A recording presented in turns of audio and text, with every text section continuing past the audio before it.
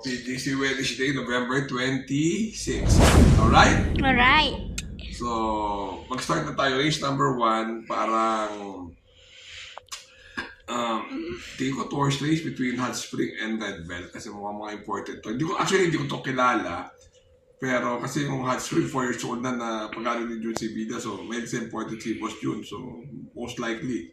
So, I love you na lang ako dito, 1, 4, and 3. Red Bell, malamang anak ni Ruby Redhead to, tsaka Laugh in the Rain, na naiwan lang nung nakaraan, baka makasabay ngayon, maganda itakbo. So, 1, 4, 3, I love you, and race. I love you. Alright, race number 2. Race number 2, Bright Mind. Pang-all-tong karerang to pang-all-to. Kung 4-wheeler take all. Second choice ko si Dazzling Gap. Third choice ko si Leviathan. 4, Bright Mind. 6, Dazzling Gap. Leviathan, 3. Alright? Alright. Okay, race number 3. Ito sinasabi ko may solo naman. So, para sa akin to 1 for the TCBG. Kalaban ito nung nakaraan, Light of Tease. So, parang ibang laban naman to. Nawala to, nahihilo, nakapasyal sa Luneta. Nakarating dito. Second choice, si Malibu Bell. Third choice, si Marenco. 375, alright? Alright. Number 4, race number 4 dito ako sa tatlong puti. Yung She's Royal, hindi ko maintindihan pero lahat ito pababa to 42. So 3 ito. Yung Freedom Lover, mabuti na to.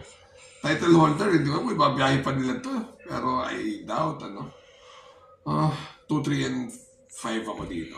Lahat ako title holder, Freedom Lover, tsaka Day Factor. Pero, kaya nila, baka kung sino tumamantik, mag-call na kayo dyan. Mahirap din to. Tricky ang PJC, so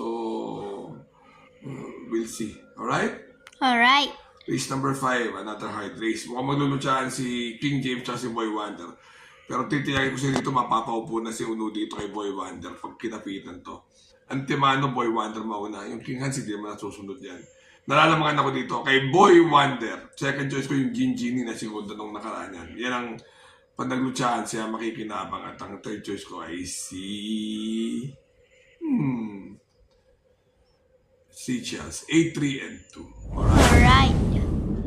Race number 6. Oh, very quick lang tayo, no? I love Martin. Dinabasa nung nakaraan to. Nabiti lang. Mas ginawa to. Basta lumaban to. Walang talo to. Second choice ko si Marvelous Maxine. Third choice ko si Apollo. Alright? Alright. Alright. Sobrang quick lang, ano? Okay. Last race. Race number 7. So, magandang karera between Spellbound and Gemma Bell. Pero pag ito, naglutsa si Sweet na Baby mananalo. Pero kung gusto na ako Spellbound, naipit lang nung nakaraan yan pero yung Gemma Bell, dalawang sunod na panalo, masyadong magaling. 2 course race, 5, 6, and 7.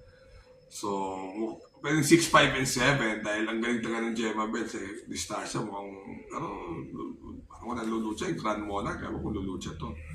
Pero, 5, 6, and 7 for the Justice. Alright? Alright. Remember to be good because God is good all the time. See you guys. Bye-bye. Bye-bye. Bye-bye.